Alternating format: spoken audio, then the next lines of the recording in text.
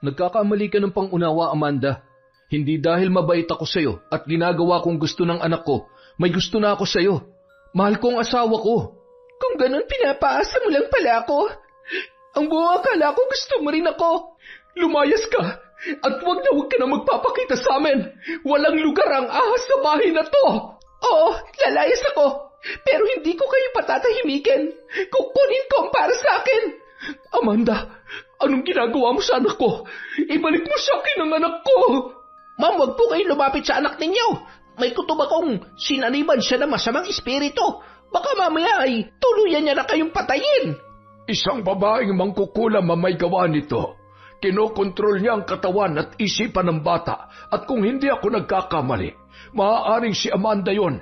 Dahil siya lang ang may personal na galit sa inyo. Taon 1980.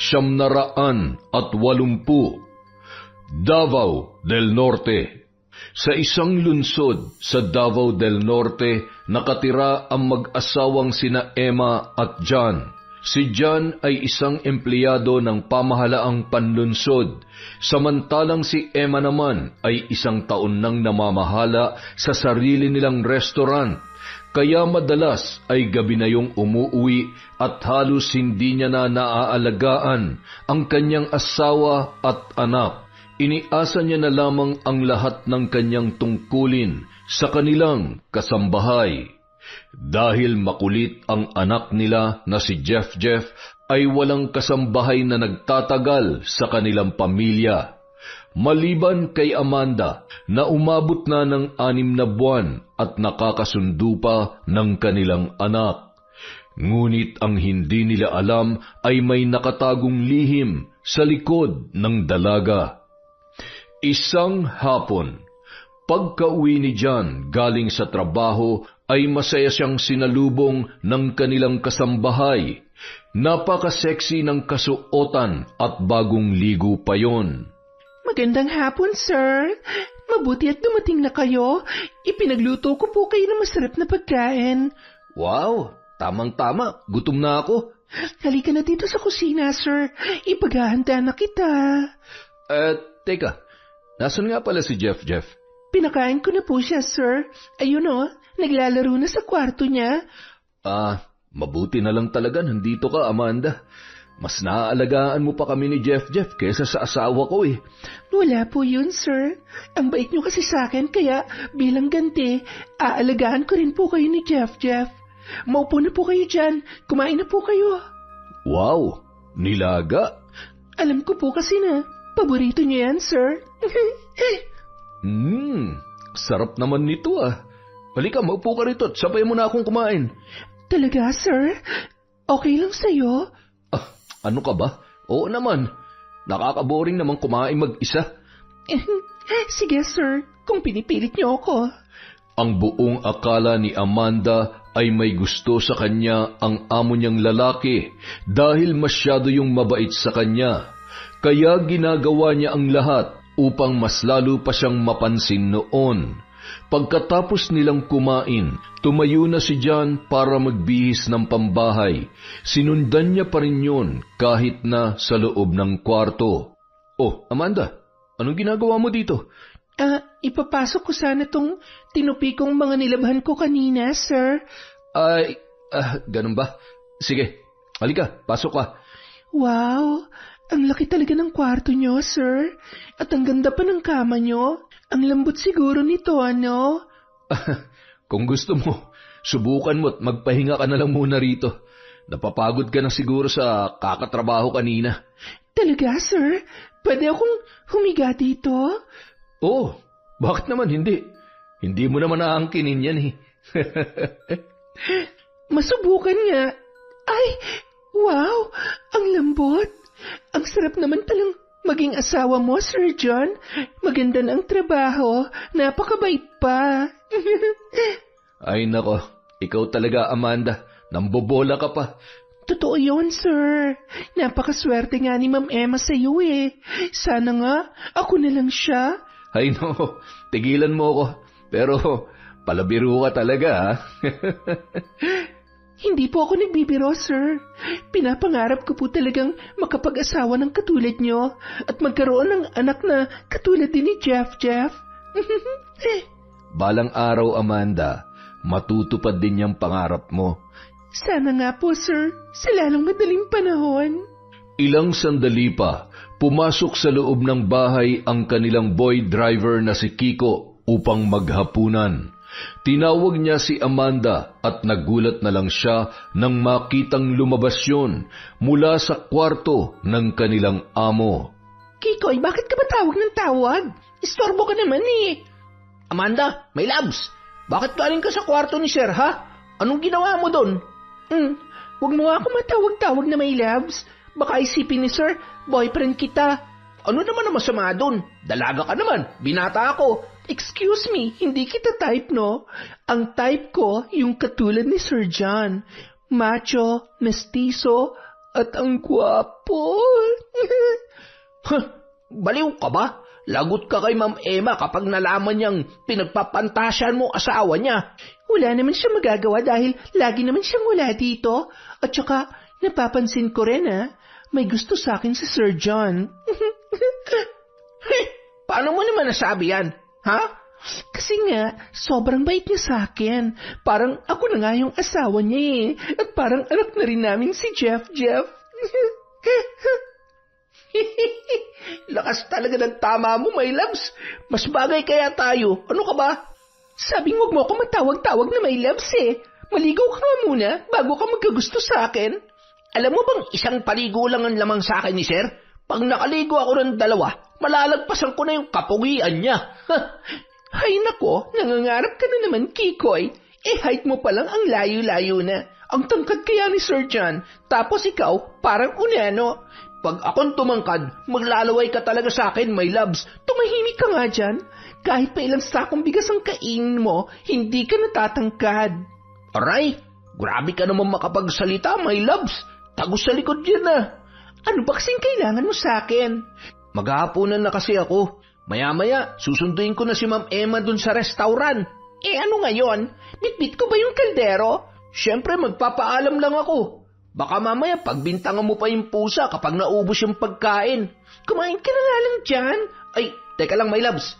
Samahan mo naman muna ako dito. Hindi ako magsasayang ng oras sa isang katulad mong pandak. Kung makapandak ka naman dyan, kala mo kagandahan. Bakit? Maganda naman talaga ako Asa ka pa. Che! Pagkatapos kumain ni Kikoy, sinundo niya na ang kanyang among babae na si Emma. Medyo natagalan pa siya doon dahil sa dami ng customer na naghahapunan. Kaya naman, nakadiskarte pa si Amanda kay John. Ate Amanda, laro tayo ng bahay-bahayan. Kunwari, ikaw yung mami ko. Sige, pero pwede bang isali natin ang daddy mo? Para naman hindi siya malungkot. Oh, yes, ate, gusto ko yun. Daddy, come here nga muna. Yes, anak? Pasok ka po dito sa kwarto ko, Daddy. Okay, sige. Ano bang gagawin natin? Daddy, gusto ko po maglaro tayo ni na Ate Amanda. No problem, anak. Anong lalaruin natin? Bahay-bahayan po. Okay lang ba sa iyon, Amanda? Wala pong problema, sir. Basta, ikaw yung tatay. Yay! Kunyari, Daddy, si Ate Amanda, asawa mo, at ako naman ang nag-iisa niyong anak. Dapat magkahawak kayo ng kamay palagi. Ano? Sige na, Daddy, please. Okay. Sige, anak. Amanda, okay lang ba sa'yo? Okay lang po sa akin, sir. Yay! Tapos, sabay niyo akong yayakapin kasi mahal na mahal niyo daw ako. Jeff, anak, baka magalit na si Ate Amanda mo niyan. Okay lang po, sir. Wala namang masama doon. At saka, tayo lang naman po ang nandito. Sige na, Daddy. Please. Okay. Ganito ba? Yay! Love you, Daddy. I love you, Ate Mami Amanda. Ang hindi nila alam, nakabalik na ng bahay sina Kikoy kasama si Emma. At ang eksenang yun ang nadatna ng dalawa na pareho nilang hindi inaasahan. Galit na galit si Emma habang si Kikoy naman ay kinakabahan. Anong ginagawa niyo? Nandito ka na pala, Han. Sabi ko, ano ang ginagawa ninyo? Naglalaro lang kami, Mami. Why are you shouting at us? Sorry anak, hindi sinasadya ni Mami. Anak, kiss ka muna kay Mami mo. No, ayaw ko sa kanya. Gusto ko si Ate Amanda. Jeff, anak, huwag matigas ang ulo. No, I don't like her. Mabuti pa si Ate Amanda na lang ang mami ko. Pero ako ang Mami mo. Kasambahay lang natin si Amanda. Pero wala ka palagi dito sa bahay. Si Ate Amanda lang ang nag-aalaga sa akin. Baby, sige na. Mag-kiss ka na sa mami mo, please. Sige na nga. Very good, baby. Ate Amanda, gusto ko nang matulog. Pwede mo ba akong samahan dito? Oo naman, baby. Hindi. Jeff, hindi si Amanda ang tatabi sa'yo. Kami ng daddy mo ang sasama sa'yo dito. Yes, anak. Kami ng mami mo ang kasama mo matulog, okay? Hindi po, ayoko. Gusto ko si Ate Amanda lang tsaka ikaw, Daddy. Tayo ang pamilya dito, anak. Ako, ikaw at ang daddy mo. Naiintindihan mo ba yon? Sabi ko, ayoko. Ako ang mami mo, kaya ako masusunod. Lagi mo na lang akong sinisigawan. Bad ka. Anak, hindi mo ako naiintindihan. Umalis ka dito sa kwarto ko. Ayoko sa'yo. Ma'am, ako na lang ang bahala kay Jeff. Sasamahan ko na lang po muna siya dito. Hindi, Amanda. Kaya siya nagkakaganyan dahil bine-baby mo. Han, intindihin mo na lang yung bata. Nasanay kasi siya na wala ka dito at si Amanda lang ang lagi nag-aalaga sa kanya. Ibig mong sabihin, hahayaan ko na lang siya? Ibig kong sabihin, dahan-dahanin lang natin, okay? Napilitan na lamang umalis si Emma sa kwarto ng kanilang anak at pumasok sa kanilang sariling silid. Nasasaktan siya dahil tila mas malapit pa si Jeff sa kanilang kasambahay kesa sa kanya na tunay noong ina. Han, tahan na. Bata pa si Jeff, kaya hindi pa niya masyadong naiintindihan ang kanyang ginagawa. Sabihin mo nga sa akin, Han. Pati ba ikaw? Malapit na rin ang loob kay Amanda. Siyempre hindi. Mabait lang naman talaga ako sa lahat. At alam mong normal lang sa akin yon. Alam ko na mabait ka, Han. Pero normal lang ba yung nagyayakapan kayong tatlo? Request kasi yun ng anak mo. Bahay-bahayan daw kunwari. Kaya yun, napilitan na ako. Dapat, Han, hindi mo tinotolerate ang bata. Dapat pinagsasabihan mo siya kung ano ang tama at mali.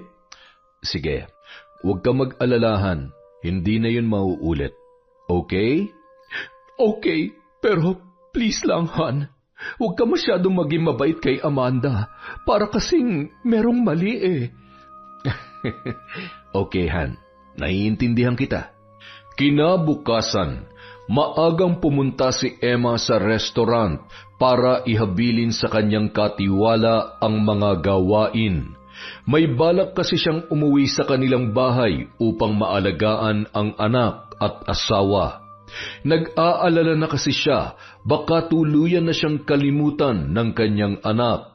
Pagka-uwi niya sa bahay, nadatnan niya na lamang na magkasama sina Amanda at si Jeff. Nagmanman muna siya at pinakinggan ang pag-uusap ng dalawa. Kain na tayo, baby. Ate, ang gusto ko, sabayin tayong tatlo nila, Daddy. Wala pa, tulog pa ang daddy mo eh. Sabado kasi ngayon, kaya wala siyang trabaho. Ibig sabihin, makakapaglaro na naman kami ni Daddy, tayong tatlo? Siyempre naman, baby. Yay! The best ka talaga, Ate Amanda. Sandali lang tatawagin ko lang si Daddy. Go, baby. Basta siguruhin mo na, mapapapayag mo siya, ha? Yes po, ate. Noon nalaman ni Emma na inuutusan pala ni Amanda ang kanyang anak Kaya tumakbo yun papunta sa kanilang kwarto ni John. Maya-maya pa, hila-hila ni Jeff ang kanyang daddy patungo sa hapagkainan na nakasando at boxer shorts lamang. Kain na tayo, Dad. Kasabay natin si Ate Amanda at pagkatapos maglalaro ulit tayo. Sige, yun lang naman pala eh. Pasensya na po kayo, sir, ha? Ang kulit kasi nitong si Jeff eh. Nako, ako nga dapat ang humingi ng pasensya sa iyo eh, dahil kung ano-anong pinapagawa niya sa iyo. Nako, okay lang po yon, sir. Ang mahalaga po, masaya si Jeff. Daddy, pwede bang subuan mo ko? Siyempre naman, anak. Ang sarap. Pwede po bang si Ate Amanda naman ang subuan mo, Daddy? Ha? Sige na, Daddy, para naman masaya din si Ate Amanda, katulad ko. Nagdalawang isip ang lalaki kung gagawin niya ang utos ng kanyang anak, dahil nangako na siya kay Emma na hindi na yon ito tolerate. Ngunit dahil sila lang tatlo ang nasa loob ng bahay, sinunod pa rin niya ang kagustuhan ng kanyang anak at ikinatuwa naman yon ni Amanda. Nakita ni Emma ang lahat na siyang ikinasama ng kanyang loob at hindi niya na napigilang lumantad. Ganito palang ginagawa niyo kapag wala ako dito sa bahay. Honey, nandito ka pala.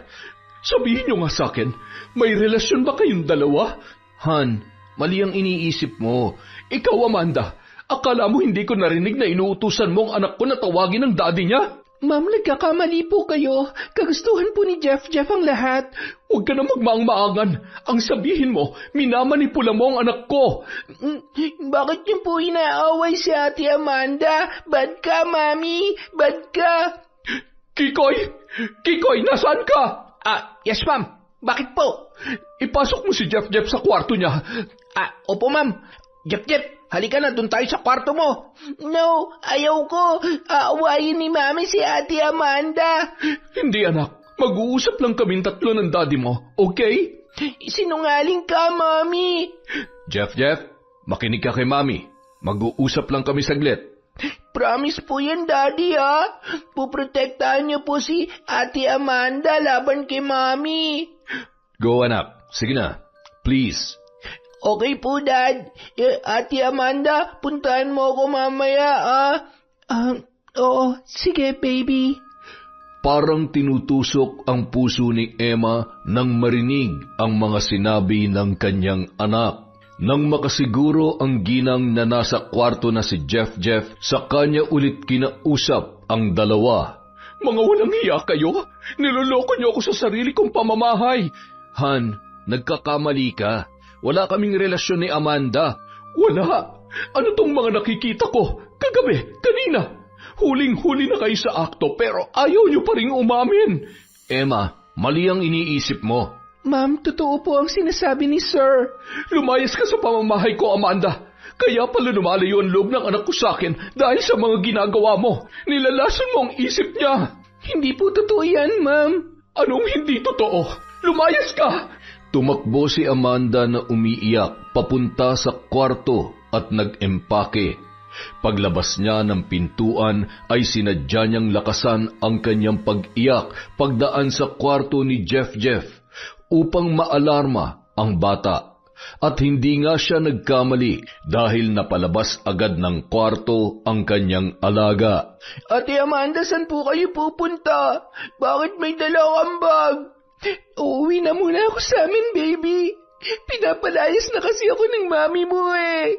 Hindi, Ate Amanda, huwag kang aalis dito.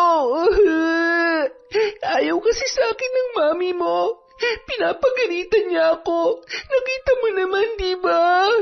Ang kapal ng mukha mo, Amanda. Sinisiraan mo ako sa anak ko. Sinasabi ko lang naman po ang totoo. Sasama po ako sa iyo, ate. Ayaw ko na rin po dito. Jeff, pumasok ka sa kwarto mo. Bad ka. Palagi mong inaaway si ate. Buti pa si Daddy, love niya si Ate Amanda. Ang sabi ko, Amanda, lumayas ka na. Ano pang hinihintay mo? Ano pang kailangan mo? Pera? Heto, siguruhin mo lang na hindi ka na babalik. Opo, ma'am. Jeff, Alis na si ate, ha? Ayoko! Ate Amanda, sasama ako sa'yo! Hinawakan ni Emma ang kanyang anak, ngunit kinagat siya ng bata sa kamay at sumunod yon kay Amanda sa labas. Ano dyan? Titingnan mo na lang ba ang anak natin? Naaawa kasi ako sa kanya.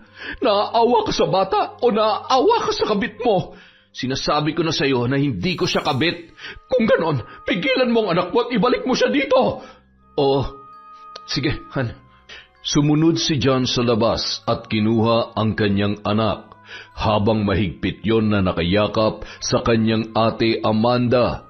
Sir John, bakit akong kailangang umalis dito? Bakit hindi ang asawa mo? Nababaliw ka na ba? Mas gusto ko ng anak mo kaysa sa kanya. Hindi ba't gusto mo rin naman ako? Amanda, wala akong gusto sa'yo. Hindi ako naniniwala. Alam kong masaya ka sa mga ginagawa ko, sa mga ginagawa natin ni na Jeff. Parang totoong pamilya na nga tayo hindi ba? Nagkakamali ka ng pagkakaintindi, Amanda. Hindi dahil mabait ako sa'yo at ginagawa kong gusto ng anak ko, may gusto na ako sa'yo. Mahal kong asawa ko. Kung ganon, pinapaasa mo lang pala ako. Ang buong akala ko gusto mo rin ako. Hindi kita pinapaasa. Wala akong sinabi sa iyo na gusto kita. Bakit mo hinahawakan ang kamay ko? Bakit mo ako niyayakap? At bakit lahat ng pinapagawa ng anak mo, ginagawa mo? Hindi ba't ginusto mo rin yon? Amanda, bakit binibigyan mo ng mali siyang lahat? Wala lang sa akin ang lahat ng yon. Walang hiya ka. Ginawa ko lahat ng tungkulin ng asawa mo para lang mapasaya ko kayo ng anak mo. Tapos ito lang ang igaganti mo sa akin. Amanda, kasambahay ka rito. Binabayaran ka namin para pangalagaan kami. Ang sabihin mo, ginamit mo lang ako. Pinaibig mo ako upang mapakinabangan niyo ako. Mali ka ng pagkakaintindi. Ngayon na narinig ko ang lahat, malinaw na sa akin na nangangarap ka lang pala ng gising, Amanda. Totoong sinasabi ko. Alam kong gusto rin ako ng asawa mo.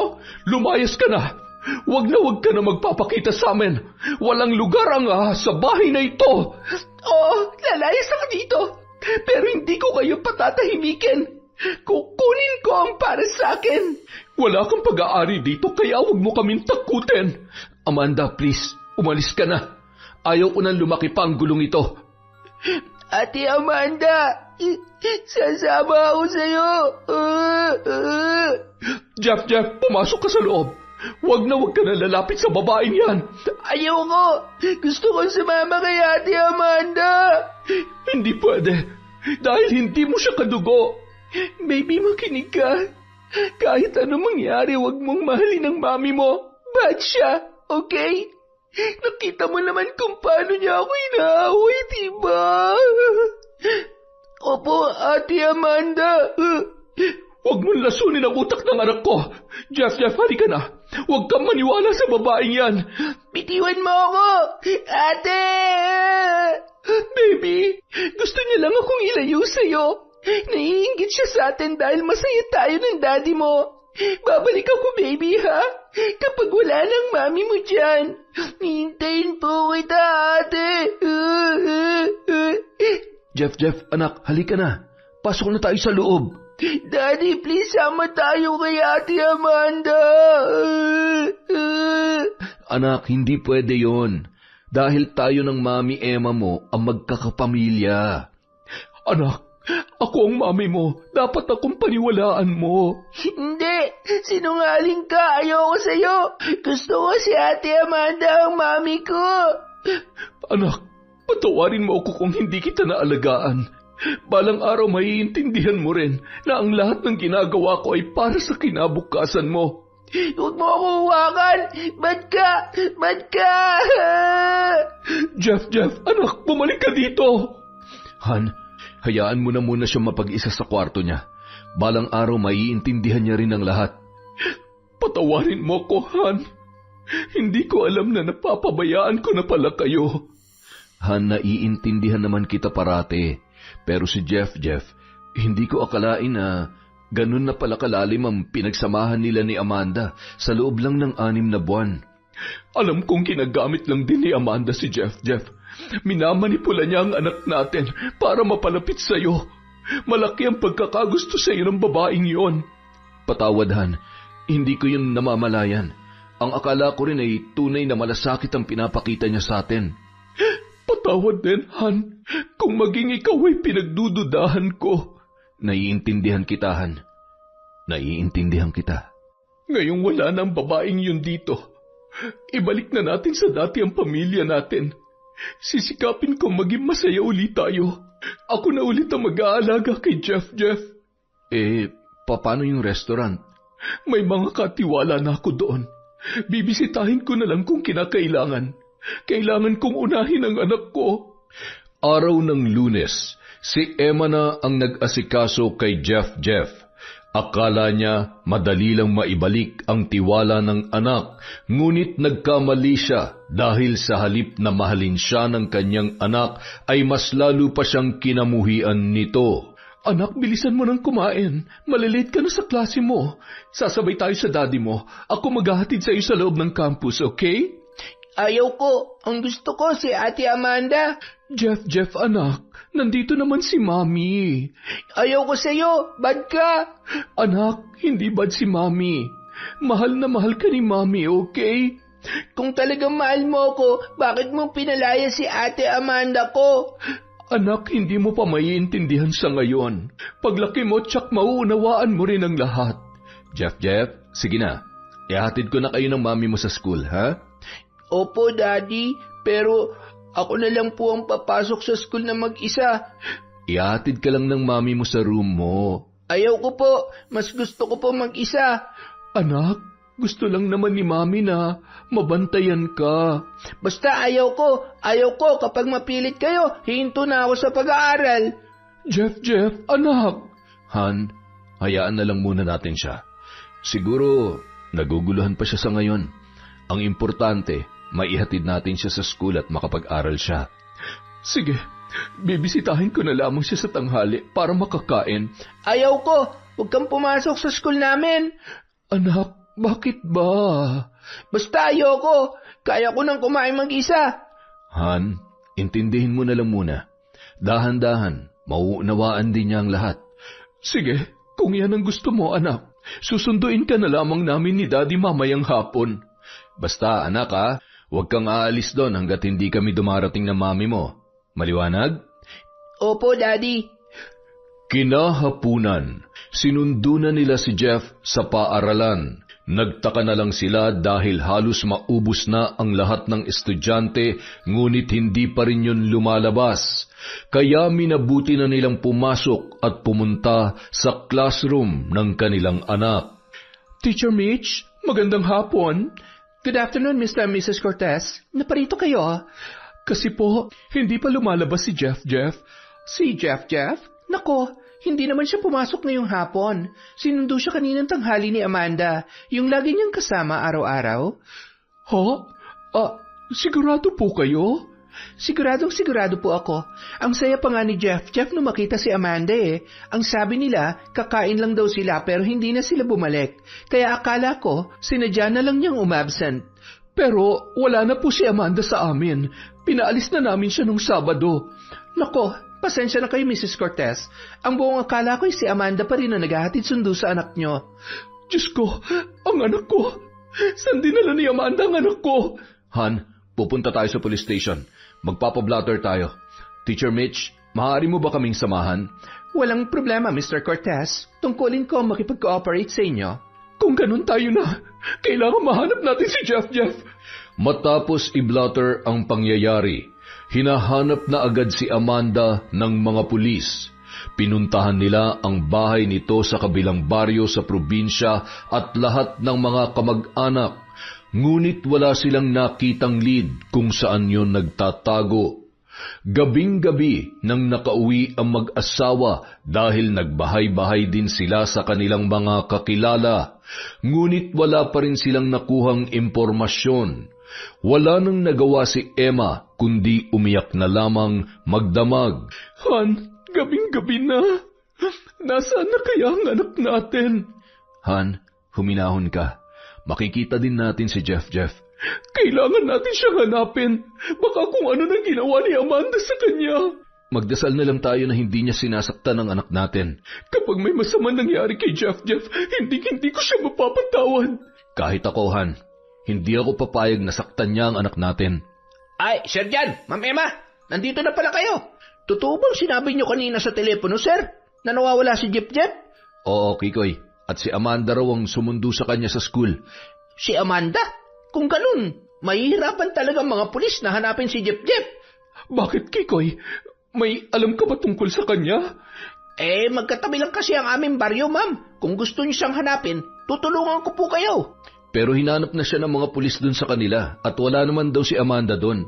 Sa pagkakaalam ko po, ma'am sir, ganyan ang kanilang mga katribo. Nagtutulungan sila, kaya mahirapan ka talagang alamin ang totoo. Lalo pa kapag inutos ng kanilang pinuno na walang magsasalita. Ibig mong sabihin, maaaring tulong-tulong sila na pinagtatakpan si Amanda? Tama po kayo dyan, ma'am. Dahil ang mga tao doon takot sa kanilang pinuno. Maaari silang mamatay kapag hindi sila sumunod sa utos. Kaya bang pumatay ng tao ng kanilang pinuno? Ang kanilang tribo ay pinamumunuan ni Grego. At ang asawa naman ni Grego, si Claudia, ang pinakamalupit sa larangan ng itim na mahika. Anong itim na mahika?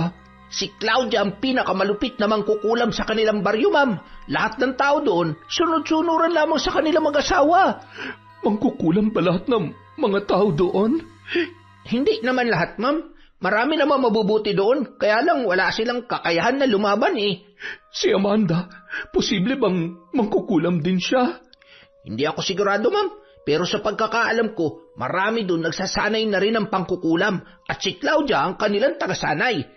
Diyos ko, baka kung ano nang ginagawa nila kay Jeff. Kikoy, tulungan mo kami. Gusto kong mahanap ang anak ko. Siyempre naman po, tutulungan ko kayo, ma'am. Pero paalalahanan ko lamang kayo, ma'am, ha? Marami pa tayong dadaanan bago natin makuha yung anak ninyo. Bahala na, Kikoy. Basta mabawi lang natin ang anak namin. Wag ho kayo mag-alala, ma'am sir. Hihingi ako ng tulong sa pinuno ng tribo namin. Doon kasi sa amin, may kasunduan pang kapayapaan ng aming tribo at tribo nila Amanda. Hindi kami pwede makialam sa mga gagawin nila pero bawal din namin galawin o saktan ng bawat isa. Dahil kapag nagkataon, magiging away ito ng magkabilang panig. Kung ganun, paano mo kami matutulungan kung hindi naman kami kasapi ng tribo ninyo? Kaya nga hihingi tayo ng tulong sa pinuno namin, sir Ay, sige, Kikoy, tulungan mo kami. Magbabayad ako kahit magkano. Naku, ma'am, hindi po kami tumatanggap ng bayad. Kung alay yan, pwede pa. Ano naman ang iaalay namin? Malalaman natin yan kapag nakausap na natin ang pinuno namin, sir. Kinabukasan, maaga silang bumiyahe papunta sa baryo ni Kikoy. Pagdating doon, sinalubong sila ng mga katutubo na may hawak na mga pana at sibat. Nag-iingay pa ang mga yon upang ipalam sa iba na may dumarating. Natatakot si Emma na baka saktan sila ng mga yon, ngunit pagbaba ni Kikoy sa sasakyan, ang ingay na nakakatakot ay napalitan ng kasiyahan. Maya-maya pa, lumabas ang kanilang pinuno. Pinunong Khalid, magandang umaga po. May mga kasama ako na nangangailangan ng tulong natin. Kikoy, pumasok kayo. Akala ko'y pag-aari mo ng sasakyan na yan. Naku, pinuno, isa lamang akong hamak na boy at minsan ay driver. At sila po ang napakabait kong mga amo, sina Sir Jan at Ma'am Emma. Magandang umaga po. Magandang umaga po sa inyo. Magandang umaga din sa inyo. Ano may paglilingkod ko? Narito po kami para humingi ng tulong dahil nawawala po ang anak namin. Handa po kami magbayad. Anong akala mo sa amin dito? Mga bayaran? Ang ibig ko pong sabihin ay magbibigay po kami ng alay.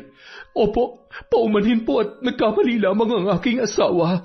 Ay, Pinunong Khalid, paumanhin po. Naging desperado lang kasi sila dahil sa pagkawala ng kanilang anak. Kaya hindi na po nila alam ang kanilang sinasabi. Sa susunod, ayusin niyo ang inyong mga pananalita. Saka hindi ako humingi ng alay kapag hindi ko nagawa ang inyong mga kahilingan. Hindi lahat ng tao ay nababayaran ng pera katulad ng mga tao sa sentro ng lungsod. Patawad po, Mang Khalid. Ngayon nagkaunawaan na tayo. Ano may tutulong ko sa inyo? Tulungan niyo po sana kaming mabawi ang anak namin. Sa pagkakaalam po namin, maaaring kayo lang ang makatulong sa amin. Paano ko naman kayo matutulungan sa bagay na yan? Pinunong Khalid, ang kumuha po kasi sa anak nila ay kasambahay nila na taga-kabilang baryo na pinamumunuan ni Grego at Claudia. Kikoy, mahirapan tayo sa inyong kahilingan. Wala tayong jurisdiksyon upang pasukin ang kanilang baryo. Mang Khalid, pakiusap tulungan niyo po kami. Hindi ko kayang tuluyang mawala sa amin ang aming anak. Nag-aalala na po kami na baka sinasaktan na siya doon. Patawad pero hindi ko kayo matutulungan. Please, maawa ka sa amin. May ina ka rin, may anak. Siguro naman ay alam mo ang aking nararamdaman. Kung gagawin ko yan, para na rin isinugal ko ang aming buong tribo. Magagalit sila sa amin, yun ang natitiyak ko. Pinunong Khalid, baka naman pwede mong pakiusapan yung kanilang pinuno. Alam mo ba napakadelikado niyan? Hindi sila lumalaban ng patas. Pero hindi naman natin kailangan matakot. Nandito naman sa atin ang mga magigiting na manggagamot. Pag-iisipan ko mabuti, Kikoy. Binigyan mo pa ako ng problema. Kikoy, buti pa ituro mo na lamang sa akin kung nasa ang baryo nila Amanda. Hayaan niyong ako na lang ang bumawi sa aking anak. Naku ma'am, kasasabi lamang ni Pinuno na delikado ang kanilang lugar. Kahit mamatay ako, mabawi ko lamang ang anak ko. Paano mo mababawi ang anak mo kung mamamatay ka lamang doon? Mang Khalid, maawa na po kayo sa amin. Alam kong magulang din po kayo. Pakiusap, tulungan niyo na po kami. Maawa kayo sa amin. Lumuhod sina Emma at John sa harap ng pinunong si Khalid. Kaya naman, naantig ang puso nito at nagbago ng desisyon. Magsitayo kayo. Hindi ako Diyos upang sambahin. Kikoy, sunduin mo si Apo Eloy para mabigyan sila ng mga depensa.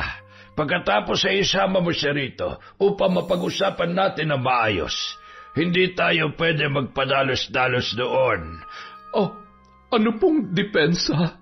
Depensa na naglalaban ng mga orasyon kontra sa kulam, barang, lason at iba pang gawa ng itim na mahika. Kailangan ba talaga namin ng mga yan? Kanina ko pa sinasabi sa inyo na delikado ang kanilang baryo. Marami sa kanila nagsasanay ng itim na mahika. Maaaring isang galaw o tapik lamang nila ay maaari na kayong mamatay kapag wala kayong tangan na panangga o depensa. Han, paano kung may masamang nangyari sa anak natin? Huwag muna kayong mag-isip ng negatibo. Maaaring inaalagaan lang doon ang anak nyo at ginawang kasapi. Pero kayo, delikado ang buhay ninyo. Kaya, umalis ka na, Kikoy. Sunduin mo na si Apo Eloy habang maaga pa. Masusunod po, Pinuno. Ilang sandali pa, nakabalik na si Kikoy kasama ang magiting na albularyo.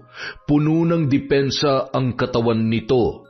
May nakasabit na medalyon sa leeg, may mga kwintas at porselas na gawa sa bato at kabibe. Pinuno, kailangan mo raw ang aking tulong. Apo Eloy, bigyan mo ng depensa mag-asawang ito. Kailangan nating harapin ang pinuno ng kabilang baryo. Ikinuwento na sa akin ni Kikoy ang lahat, kaya nakahanda na ang mga depensa. Isuot ninyo ang mga pananggang ito at huwag niyong huhubarin sa inyong katawan. Opo, pero pwede bang bilisan natin ang pagpunta doon? Natatakot ako na baka mahuli na tayo. Maghintay kayo sa aking hudyat. Ang pinakaayaw ko ay yung pinangugunahan ako. Pasensya na po kayo sa amin. Walang magandang may dudulot ang biglaang desisyon. Nais ko lamang naman po na makita ang anak ko. Pasensya na po kayo. Ma'am, mas maigi, wag na lang po kayong magsalita. Baka magbago pa ang isip ng pinuno namin. Kikoy, hindi maaari. Emma, Han, huminahon ka na muna para sa anak natin. Tumulo na lamang ang luha ni Emma Habang tinitimpi ang kanyang nararamdaman, maya-maya pa, inutos ng kanilang pinuno sa kanyang mga tauhan ang magtipon. Bit-bit ang mga sibat at pana ay sabay-sabay silang naglakbay patungo sa kabilang baryo. Pagdating sa lugar na yon, kakaibang simoy ng hangin ang bumabalot sa buong kapaligiran. Naninindig ang kanilang mga balahibo dahil sa sobrang tahimik, kahit marami namang bahay ang nasa paligid. Tila ba walang mga tao ang umaaligid maliban lamang sa kanila. Ilang sandali pa, nakarating na sila sa bahay ng pinuno ng baryo nila Amanda. Malaki ang bahay noon, luma at tila ba napakadilim sa loob. Maya-maya pa, bigla na lang yung bumukas at lumabas ang mag-asawang matanda. May mga bisita pala tayo, Claudia. Narito pala ang pinuno ng kabilang tribo. Ano ba yung paglilingkod namin sa inyo? Narito kami para sa usaping pangkapayapaan. Bakit? May problema ba? May kasamahan ka ba na sinaktan ng aking mga katribo? Wala, pero narito po kami para hanapin ang isang bata na anak ng mag-asawang ito. At anong kinalaman namin sa pagkawala ng kanilang anak? Ang katribo ninyong si Amanda, dinukot niya po ang anak ko. Tumahimik ka. Hindi kita binigyan ng karapatang makipag-usap sa akin. Nakakatuwa ka naman, iha. Masyadong matabil ang iyong tila. Kikoy, ilayo mo muna ang babaeng yan. Makakasira siya sa aming pag-uusap. Opo, pinuno. Ma'am Emma, halin muna kayo dito. Hindi kayo maaaring sumabat sa kanilang usapan hanggat hindi kayo binibigyan ng karapatan. Pero Kikoy, anak ko ang pinag-uusapan dito. Ma'am, kung ganyan kayo, maaaring magalit sila at hindi kanila tulungan. Emma, pigilan mo muna ang emosyon mo. Tama po si Sir, ma'am. Baka magkaproblema pa tayo dito. Nagpatuloy sa pag-uusap ang dalawang pinuno, ngunit tila nagkaroon sila ng hindi pagkakaintindihan. Paumanhin kong naging lapastangan ang babaeng yon. Hindi ko siya napaalalahanan. Ang kasunduan ay kasunduan. Hindi kayo maaaring makialam sa amin. Ngunit ang mga taong nawala ng anak ay malapit na kaibigan ng aming kasapi. Wala akong nabalitaan na may ibang bata na nandito sa baryo namin. Tama. Walang ibang bata ang narito, kundi mga kasapi lamang ng aming tribo. Hindi ako naniniwala. Alam namin na tinatago niyo lamang si Amanda at ang bata. Masama ang ugali ng mag-asawang yan, kaya hindi ko kayo matutulungan. Paano mo nasabi? Ibig bang sabihin nito ay meron kayong nalalaman? Ang ating kasunduan ay malinaw pa sa sikat ng araw. Pero bakit ngayon, tila lumalabag na kayo? Narito kami hindi upang makipag-away, kundi upang humingi ng tulong sa iyo bilang pinuno ng baryong ito. Nais lang na mag-asawa na mabawi ang kanilang anak. Patawad, pero buo na ang desisyon ko. Karapatan kong protektahan ang aking mga katribo, kaya kung ako sa inyo, umalis na kayo. Hindi na ba magbabago ang inyong desisyon? Pasensya na kayo. Buo na ang aking pasya. Kung ganon, mapipilitan kaming halughugin ang inyong baryo. Sisirain mo talaga ang ating kasunduang pangkapayapaan? Kung kinakailangan, para sa isang batang walang kamuwang-muwang. Alam mo kung paano kami gumanti. Hindi ako natatakot sa katulad ninyo. Itim na mahika lang ang alam ninyo. Hindi kayo marunong lumaban ng patas. Ginagalit mo ko, Khalid. Lumaban kayo ng patas. Palabasin niyo ang inyong mga tauhan. Maglaban tayo. Lakas, laban sa lakas. Alam mong walang kakayahan ang aking mga alagad na makipaglaban. Tapos na ang usapang ito. Mga kasama, halugugin niyo ang mga kabahayan.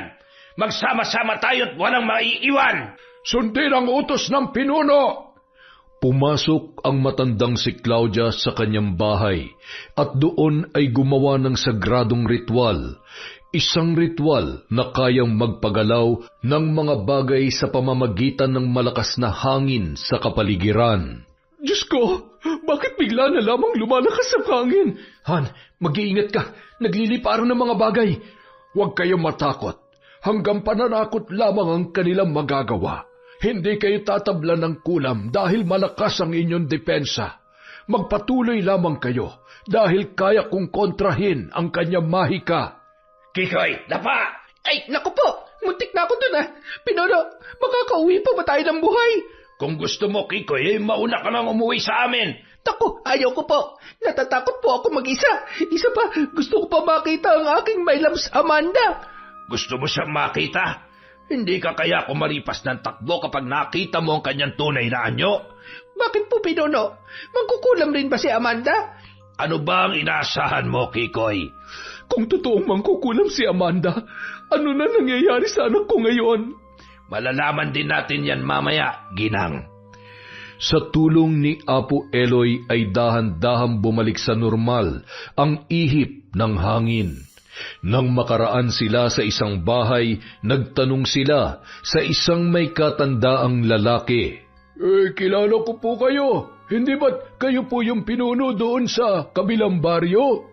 Tama ka, Manong. Narito po kami upang mahanap si Amanda. Naku po, pasensya na pero natatakot po kami magsalita. Papatayin po nila kami. Huwag kayong matakot. Hindi nila malalaman. Sasabihin ko po sa inyo, pero sana huwag ninyo akong ipahamak. Papatayin nila ako oras na malaman nilang nagsalita ako. Makakaasa po kayo, Manong.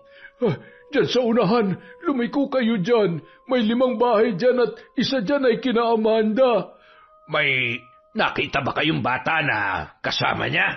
Opo, isang batang lalaki. Pakiusap, huwag niyo sabihin na ako nagsabi sa inyo. Huwag kayong mag-alala. Maaasahan niyo kami. Marami pong salamat, Manong.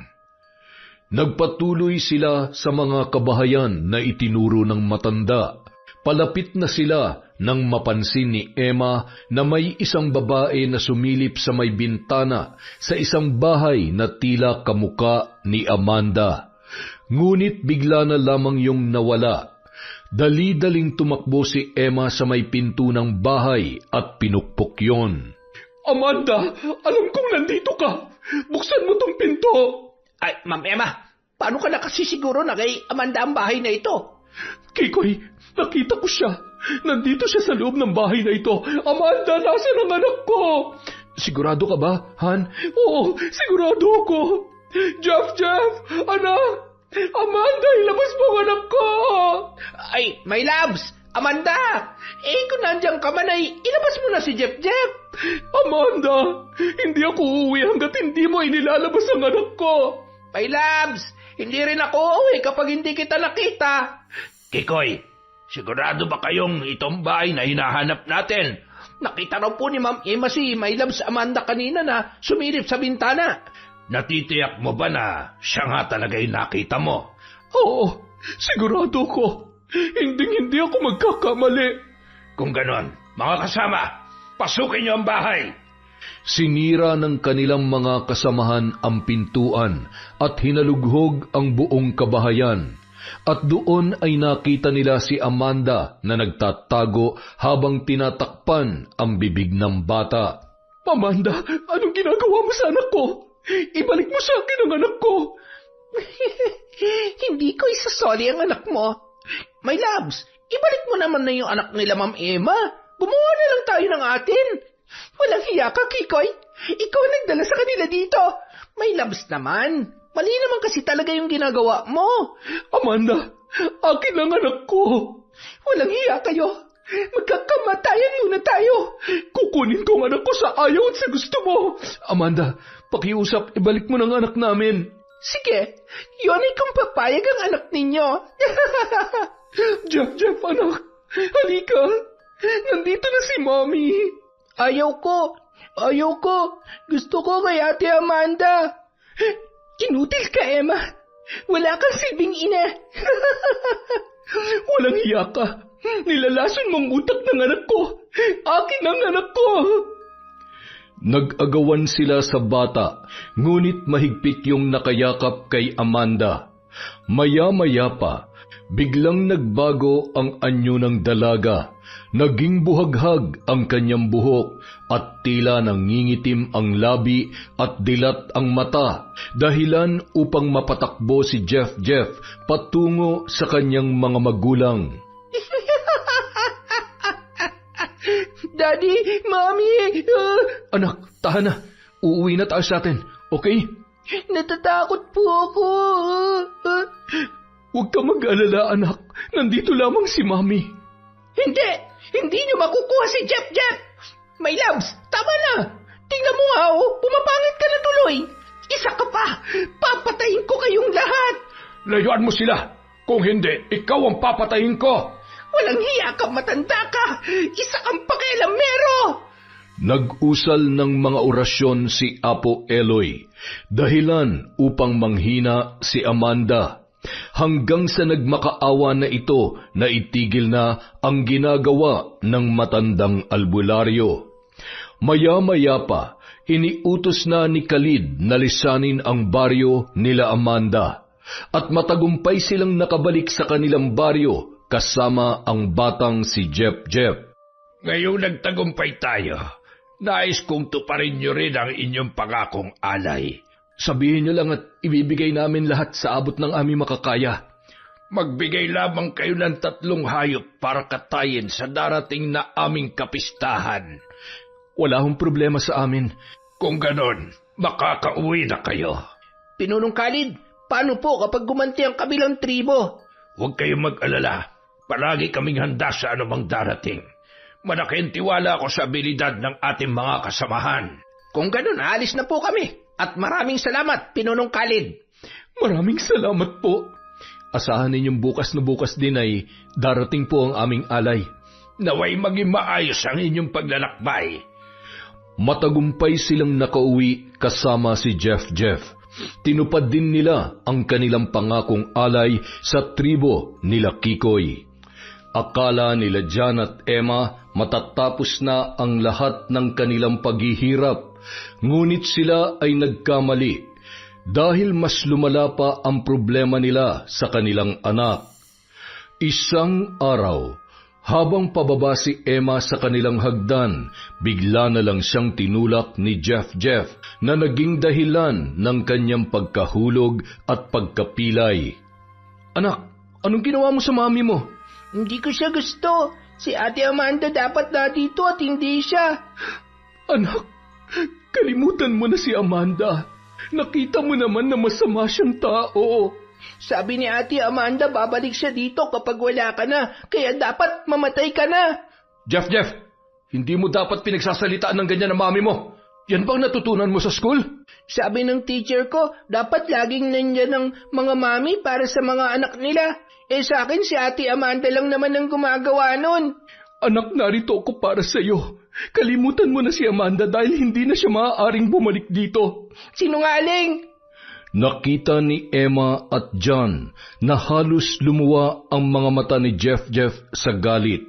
Nakakuyom pa ang mga palad nito na nakatingin sa kanyang ina at saka sumugod. Anak, wag! Nasasaktan ako! Jeff, tumigil ka! Huwag mo saktan ang mami mo! Lumayas ka dito! Anak, ano nangyari sa boses mo? Jeff, anak! Mami mo ako! Huwag mo akong hawakan! Anak, ano ba nangyayari sa'yo? Ang sakit! Jeff, ano ba masakit sa'yo? Ang sakit po, Dad! Alin na masakit? Jeff, magsalita ka! Hinawakan ni Jan ang anak at niyugyug ang balikat. Saka naman ito huminahon at nawalan ng malay. Jeff, anak, gising, anak ko, Kikoy! Ma'am, sir, ano po nangyayari dito? Ihanda mo sasakyan, dadalhin natin si Jeff sa ospital. Opo, ma'am. Dali-daling binuhat ni Jan ang kanilang anak papunta sa kanilang sasakyan. Habang nagdadrive naman si Kikoy ay magkasama naman sina Jan at Emma sa likuran upang alalayan si Jeff. Maya-maya pa, nakarating na sila sa ospital at ipinasok ang bata sa emergency room na hindi na gumagalaw. Nurse, tulungan yung anak namin. Ano po nangyari sa bata? May iniinda siyang sakit sa katawan, kaya siya nahimatay. Sige po ma'am, kami na po ang bahala sa anak ninyo. Gawin niyo lahat na makakaya niyo. Iligtas niyo ang anak namin. Emma, huminahon ka lang. Manalig lang tayo na walang masamang mangyayari sa anak natin. Han, bakit nagkaganito si Jeff? Kasalanan ko pa rin ba ang lahat ng ito? Walang may kasalanan. Hintayin na lang muna natin ang findings ng doktor. Hindi ko mapapatawad ang sarili ko kung may masama mangyayari sa anak natin. Halos 1 taon ko rin siyang napabayaan. Han, tahan na. Han, huminahon ka. Ma'am, sir, gising na po ang anak ninyo. Pero kailangan pa po siyang obserbahan kung anong sakit niya. Sa ngayon, kailangan na natin siyang ilipat sa kwarto na gusto ninyo. Maraming salamat. Inilipat nila ang bata sa private room. Si John ang nag-aasikaso sa mga papeles habang si Emma naman ay hands-on sa pag-aalaga sa kanilang anak. Si Kikoy lang ang kanyang inuutusan tuwing siya ay may kailangan. Isang araw, nakatulog si Emma dahil sa labis na pagod at puyat ng nakaraang gabi. Nadatnan na lang ni Kikoy si Jeff na bumangon at tila walang sakit. Jeff, magaling ka na? Shh! Huwag ka maingay. Baka magising siya. Sinong siya? Si Emma. Jeff, huwag ka magbiro sa akin ha. Bakit kanya ka magsalita sa mami mo? Tinatakot mo ba ako? Papatayin ko si Emma para bumalik na si Ate Amanda. Ikaw talaga, Jeff. Mapagbiro ka. Hindi ako nakikipaglaro sa'yo, ha? Hindi rin ako nakikipaglaro. Ay, Sus Mariosep! Kinikilabutan ako sa iyong bata ka. Shhh! Jeff, pinagtitripan mo lang yata ako eh. Mamaya, magdadala ako ng laruan mo. Wag na. Hindi ko kailangan ng laruan. Naggulat na lamang si Kikoy nang biglang kinuha ng bata ang unan at itinakip sa muka ng kanyang ina. Mabilis itong inawat ng driver, ngunit sadyang napakalakas ng bata na daig pa ang isang malaking tao. Jeff, tigilan mo yan! Umalis ka. Jeff, ano ba nangyayari sa'yo? Papatayin ko siya para makabalik na si Ate Amanda. Sinabing tigilan mo yan eh. Bakit ba lakas-lakas mo? Pero hindi ako magpapatalo sa'yo. Tumigil ka sabi. Kikoy, bitawan mo na siya. Ma'am Emma, muntik na po kayong patayin ang anak ninyo. Pangalawang beses na niya akong sinubukang patayin. Mami, huwag po kayo magagalit sa akin. Hindi ko po sinasadya.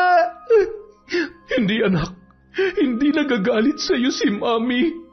Ma'am, huwag po kayo lumapit kay Jeff. May kutob akong sinaliban siya ng masamang espiritu. Baka mamaya ay tuluyang ka na niyang patayin. Hindi, Kikoy. Naniniwala pa rin ako na mabait ang anak ko. Nai-impluensyahan lamang siya ni Amanda. Pero, ma'am, ibang-iba siya sa dating Jeff. Nakakatakot. Kahit anong mangyari, Kikoy, hindi ako susuko para sa anak ko. Nakakatakot ng ngiti ang pinakawalan ni Jeff habang nakatingin kay Kikoy. Pagdating ni John, agad naman itong sinalubong ni Kikoy at ikinuwento ang lahat ng nangyari. Totoo ba yung sinabi mo, Kikoy? Sinubukan na naman niyang patayin si Emma? Opo, sir. Sa tingin ko, sinasanay ba ng masamang espiritu ang anak ninyo? Kung masamang espiritu ang sumanib sa kanya, bakit lagi niya pa rin bukang bibig ang pangalan ni Amanda? Hindi kaya, sir, ginayuma siya ni Amanda? Bakit niya naman yung gagawin sa anak ko? Oo nga, no. Sana ako na lang ang ginayuma niya. Hindi na sana siya nahihirapan pa. Ewan ko lang, Kikoy. Pero maging ako ay hindi ko na nauunawaan ang sakit ng anak ko. Hindi normal ang sakit ng anak ninyo, sir. Kanina lang ay sobrang lakas niya. Ni halos hindi ko nga siya kayang awatin sa sobrang lakas eh. Mabuti na lang talaga nandito ka, Kikoy. Mas mabuti pa, sir. Ilabas nyo na lang siya dito sa ospital at dalhin natin siya kay Apo Eloy para malaman natin kung ano nangyayari sa kanya. Obserbahan na lang muna natin siya, Kikoy. Sir, wala nga siyang sakit. Kitang-kita ng dalawang mata ko. Makalipas ang ilang oras, dumating na ang lahat ng tests ni Jeff. Negative ang lahat ng resulta.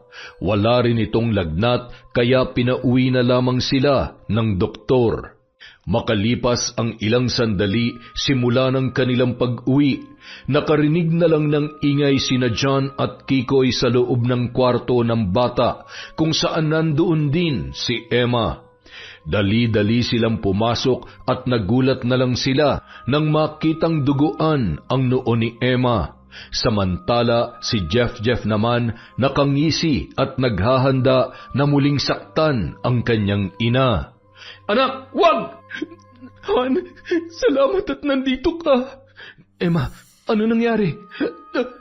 Ang sakit ng ulo ko. Pinalo ako ng picture frame ni Jeff. Jeff, bakit mo to ginawa sa mami mo? Sabi niya, patayin ko raw si mami.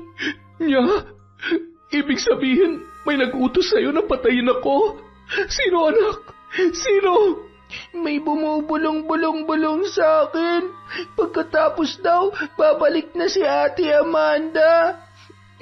Sabi ko sa inyo, sir, dalhin na natin siya kay Apo Eloy. Nakakatakot na yung anak ninyo. Anak, huwag ka makinig sa bumubulong sa'yo. Magdasal ka. Di ba tinuruan ka namin magdasal noon? Sinasaktan niya kasi ako kapag hindi ko sinunod ang gusto niya. Paano kanya sinasaktan, anak? Parang tinutusok po ang iba't ibang parte ng katawan ko. Ano? Sir, hindi kaya kinulam si Jeff? Amanda? Bakit naman siya kukulamin ni Amanda? Kung may kukulamin man siya sa amin, dapat ako yon. Dahil sa akin siya galit na galit. Maaring hindi kayo tinatabla ng kulam, ma'am, dahil sa mga depensa na binigay sa inyo ni Apo Eloy. Kaya si Jeff ang kinokontrol niya. Daddy, nandito na naman siya. May bumubulong na naman sa akin. Anak, huwag kang makinig sa kanya. Halika kay Mami. Kung sino ka mang demonyo ka na bumubulong sa anak ko, lumayo ka! Mami, Daddy, naririnig ko pa rin po siya. Nagagalit na siya sa akin. Natatakot po ako. Anak, magdasal tayo ng mami mo. Sumunod kayo sa akin. In the name of the Father, the Son, and the Holy Spirit. Ang sakit! Tama na! Anak, magdasal ka! Ang sakit ng likod ko. Tama na. Gagawin ko na ang gusto mo. Anak, huwag kang makinig sa kanya. Anak ko! Habang yakap-yakap ni Emma si Jeff, patuloy pa rin sila sa pagdarasal. Natigil na lang siya nang bigla na lang siyang sinakal ni Jeff. Hindi basta sakal ng isang bata, ngunit sakal na nakakamatay. Napabitaw siya sa pagyakap nito habang si John naman at Kikoy ay nagtutulungan sa pag-awat sa bata. Jeff, anak, tama na! Papatayin kita! Jeff, ano ba? Bitawan mo mami mo! Umalis ka dito kung ayaw mong mamatay. Sir, dali na natin siya kay Apo Eloy para magamot na siya. Lahat ng pumipigil sa akin, sabi, dapat ko daw patayin. Sir, tulungan mo ako, sir. Masama ang tingin sa akin ni Jeff. Jeff, anak, tama na, please. Lumayas ka dito. Anak, ano ba? Tama na. Dad, mangako ka sa akin.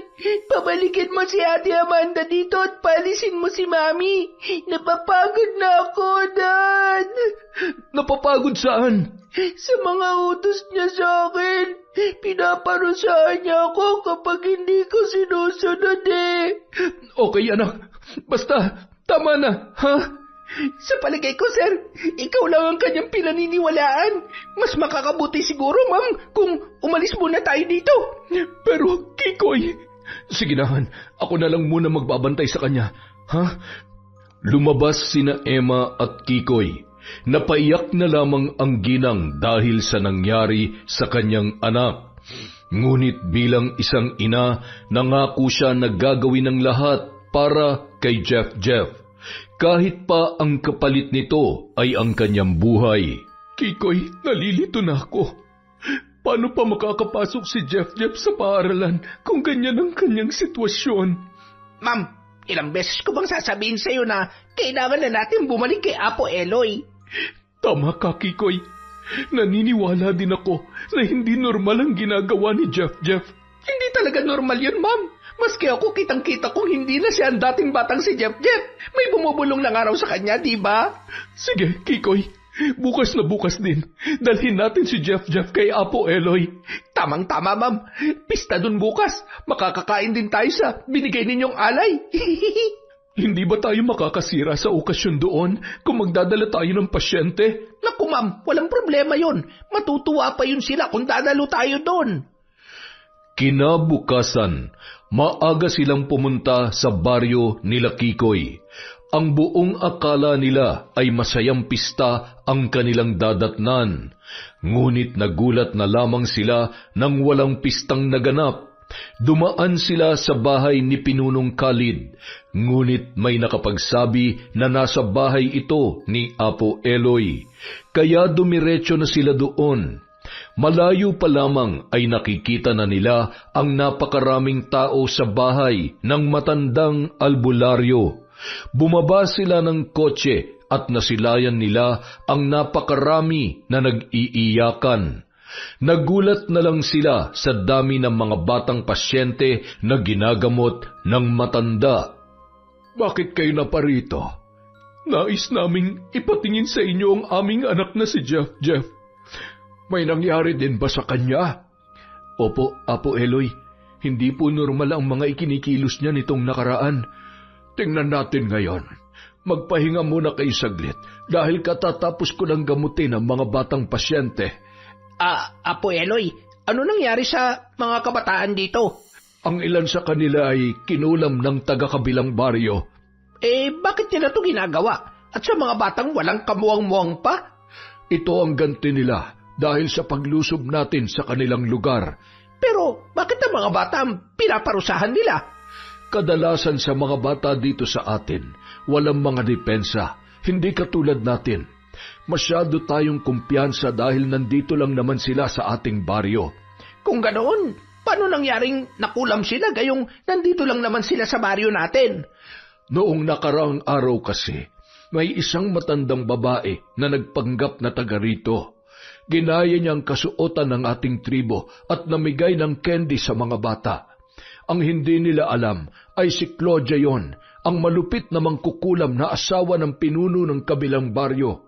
Pagkatapos noon, nagbago na ang kilos ng mga bata at tila kontrolado na ng mangkukulam ang kanilang mga isipan. Ay, grabe naman ang ginawa nila sa ating mga kasamahan dito. Wala silang awa sa mga bata. Noon pa man ay hindi sila marunong lumaban ng patas. Ginagamit nila ang kanilang itim na mahika para makapaminsala ng walang kalaban-laban. Pero huwag kayong mag-alala dahil kayang kong kontrahin ang kanilang kapangyarihan. Ngunit ikinalulungkot ko, may 2 batang nagpatiwakal dahil sa utos ng mangkukulam. Hindi kasi sila agad nadala dito. Kaninong mga anak po yun, Apo Eloy? Ang 2 bata ay parehong anak ng ating mga katutubong kawal. Kaya ngayon ay matinding galit at hinagpis ang nararamdaman ng bawat pamilya. Apo Eloy, ang nangyari ba sa mga bata ay pareho ng nangyari sa anak ko? Pero wala naman nagbigay sa kanya ng candy. Bakit parang may kumokontrol din sa kanya? Maaaring meron siyang gamit o buhok na ginamit ng mangkukulam. Ano ba ang kanyang mga pinapakita sa inyo? Ang sabi niya sa amin, may bumubulong daw sa kanya upang patayin ako. Halika, ilapit mo sa akin ang anak mo. Daddy, Mami, ayaw ko po dito. Sobrang init po. Gusto ko na pong umuwi. Anak, hindi naman mainit Malamig sa lugar na ito. Anak, sandali lang. Titingnan ka lang ni Apo Eloy. Daddy, umalis tayo dito. Ayaw ko po dito. Para pong sinisilaban ang katawan ko. Nararamdaman namang kukulam ang aking presensya, kaya siya nagkakaganyan. Mas matindi ang kulam na iginawad sa kanya. Hinawakan siya ng isang tao.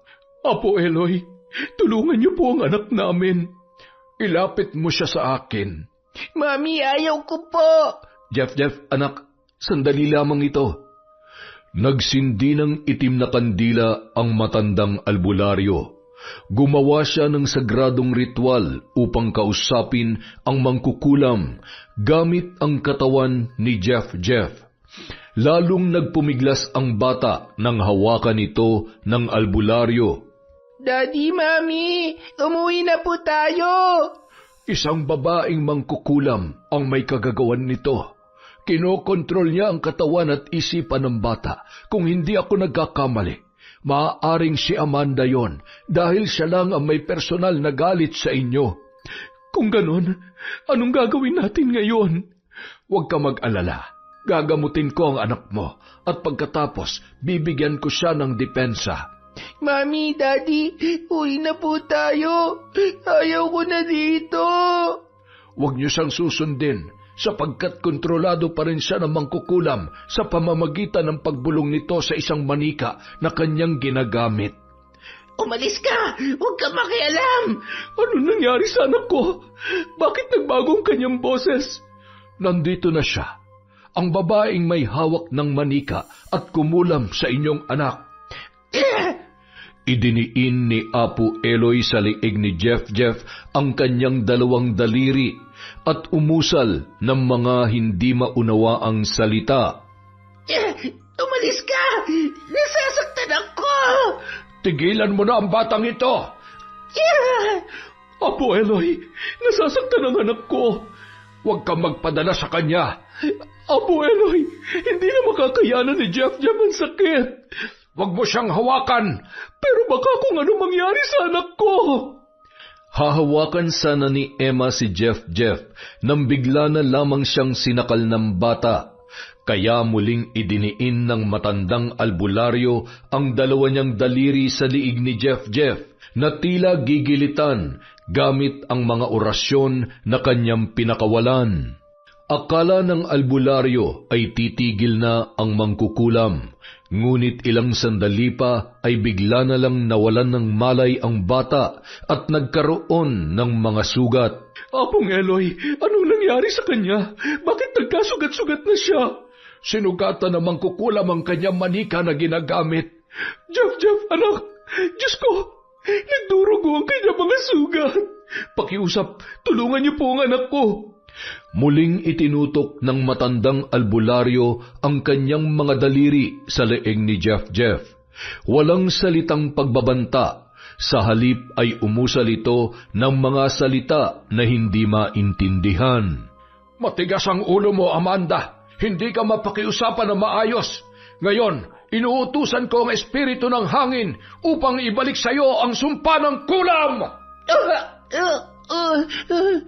Sabay nag-usal ang matanda ng mga salita na tanging siya lamang ang nakakaunawa. Apong Eloy, hindi na gumagalaw ang anak ko. Huwag ka mag-alala, sapagkat ligtas na siya. Ibinalik ko kay Amanda ang kanyang ginagawa. Pagod lang ang katawan ng bata, pero maya-maya ay gigising na rin siya. Han, unti-unting nawawala ang mga sugat ni Jeff. Oo nga, Apong Eloy, salamat.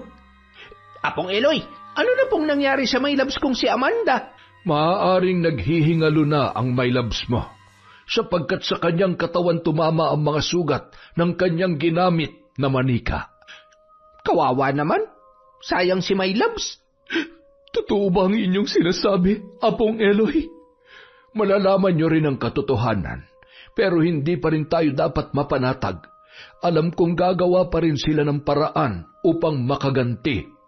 Hindi na ako papayag na may masasaktan pa sa ating mga katribo, lalo na sa mga batang walang kamuwang-muwang.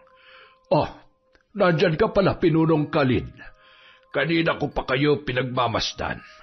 Labis ako naawa sa mga bata na kanilang ginawang biktima, kaya matitikman nila ang aking ganti. Pagkatapos mailibing ang 2 bata, lulusubin natin ang kanilang tribo. Palalayasin natin ang mga naghahari-hari ang mga mangkukulam doon. Kung ganun, sama ako dyan, Pinunong Kalib, ha? Sasama din po ako. Paano kami ni Jeff? Ang mga kabataan at kababaihan ay maiiwan dito. Hahatiin natin ang pangkat. May mga kawal at albularyo na magbabantay. At ang iba naman, sasama sa akin. Sigurado ako na sa'yo ko sasama, Pinuno. Han, huwag ka na lang kayong sumama doon. Sasama ako. Nais kong ipaghiganti ang anak natin, pati na rin ang ibang mga bata. Pero paano kami ni Jeff? Natatakot ako dito. Huwag kayo mag-alala, sapagkat siguradong ligtas kayo dito. Kung ganon, mag-iingat kayo sa inyong pupuntahan. Kinaumagahan, nailibing agad ang 2 bangkay, at sa pagsapit ng takip silim ay nagtipon-tipon na ang mga kalalakihan. Hindi lang sibat at pana ang kanilang bitbit, kundi pati mga lampara na kanilang gagamitin sa pagsunog sa mga bahay ng mangkukulam. Matapos magbigay ng hudyat ang kanilang pinuno, tuluyan na nilang nilusob ang kabilang baryo.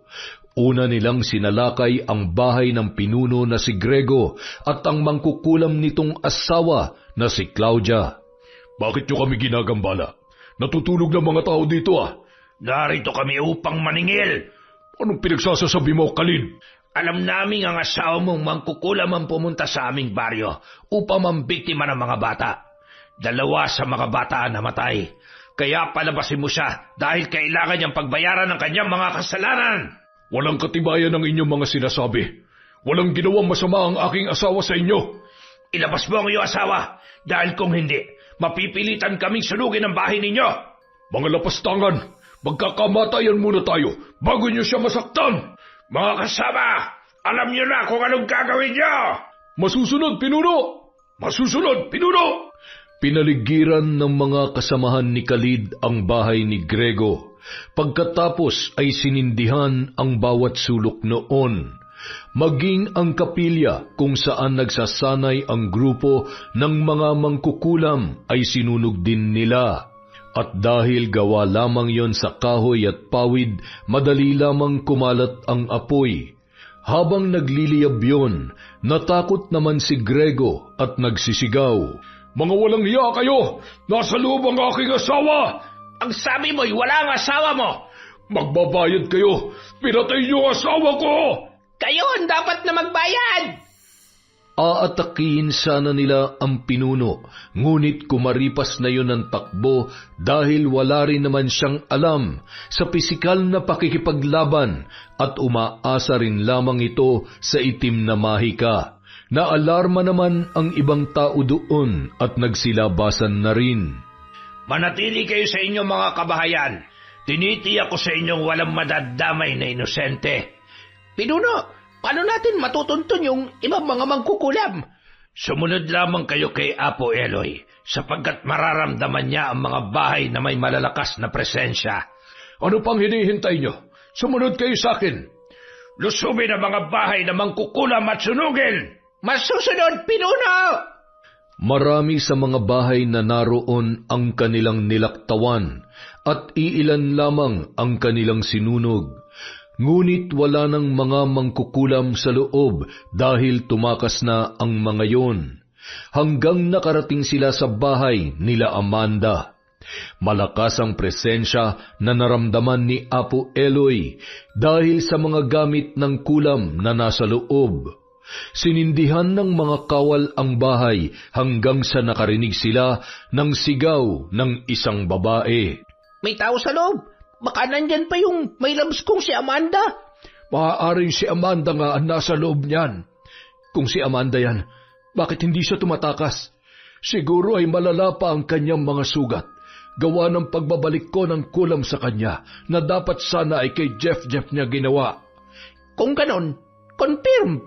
Kasama si may labs Amanda sa nasusunog na bahay na yan. Nararapat lamang sa kanya yan, Kikoy, dahil wala siyang awa. Kawawa naman yung may labs kong si Amanda. Sayang. Kung naaawa ka sa kanya, Maiwan ka na lang muna dito at dadako pa kami sa dulo. Naku, huwag niyo na akong iwan. Sasama na po ako sa inyo. Tagumpay na umuwi ang grupo ni Pinunong Khalid.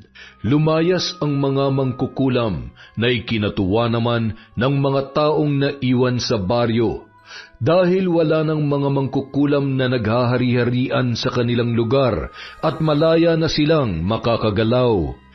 Kumusta ang lakad ninyo? Nakita niyo ba si Amanda? Hindi siya nakatakas sa pagkasunog ng kanyang bahay dahil sa dami ng kanyang sugat. Totoo pala talagang bumalik sa kanya ang sumpa ng kulam. Oo, Han, at patay na rin ang kanilang pinakamalupit na mangkukulam. Yung iba sa kanila, lumayas na rin. Kung ganon, wala na si Amanda. Wala na tayong dapat katakutan. Kawawang Amanda, my loves. Namatay na hindi man lang ako natikman. Ay nako, puro ka talaga kalokohan, Kikoy. Ang sakin lang naman kasi, boss. Sigurado ako nagsisisi yun sa pagkamatay niya. Ay, baliw ka talaga. Pero maraming salamat, Kikoy, ha. Napakalaki ng tulong mo sa aming pamilya. Naku, wala yan, boss. Nasa lahi talaga namin na matulungin. Hindi ba, Apo Eloy? Pinunong Khalid? Sinabi mo pa, Kikoy. Pero paano kung muling bumalik ang mga mangkukulam at muling maghiganti? Mahihirapan na silang bumalik doon dahil kakampi na natin ang mga taga roon. Sila mag-aatid ng balita sa atin. Kapag may mangkukulam na bumalik sa kanilang lugar, palaging nakahanda ang aming mga kawal. Huwag kayong mag-alala dahil ako at ang mga sinasanay kong mga albularyo ay maglalaan din ng panahon para magmanman doon. Salamat, Apo Eloy. Maaasahan talaga kayo sa lahat ng oras. Dahil matapang at mabuti kang pinuno, Khalid. Hindi kami nagkamali sa pagpili sa iyo. Simula ngayon, hindi na natin hahayaang may maging alipin pa ang kadiliman. Kinabukasan, itinuloy nila ang naudlot na pista ng kanilang baryo. Naging mas masaya pa ito dahil nakidiwang din sa kanila ang taga-kabilang baryo. Ito ang unang araw na nakalaya sila sa takot mula sa pamunuan ng mga mangkukulam. Pagkatapos ng piyesta ay umuwi na sila Emma, John at Jeff. Kasama nila si Kikoy. Ipinagpatuloy din ni Emma ang personal na pag-aalaga kay Jeff hanggang sa bumalik na sila bilang isang masayang pamilya. Yon! Grabe, napakaganda ng kwento. Kinilabutan ako dun sa may bumubulong sa tenga ng bata. Dahil dyan, wala po muna tayong shout out. Pasensya na po kayo, bibiyahe lang po ulit si Kwentong Enteng mula sa probinsya, pa Maynila at baka abutin ng bagyo. Mag-iingat po tayong lahat.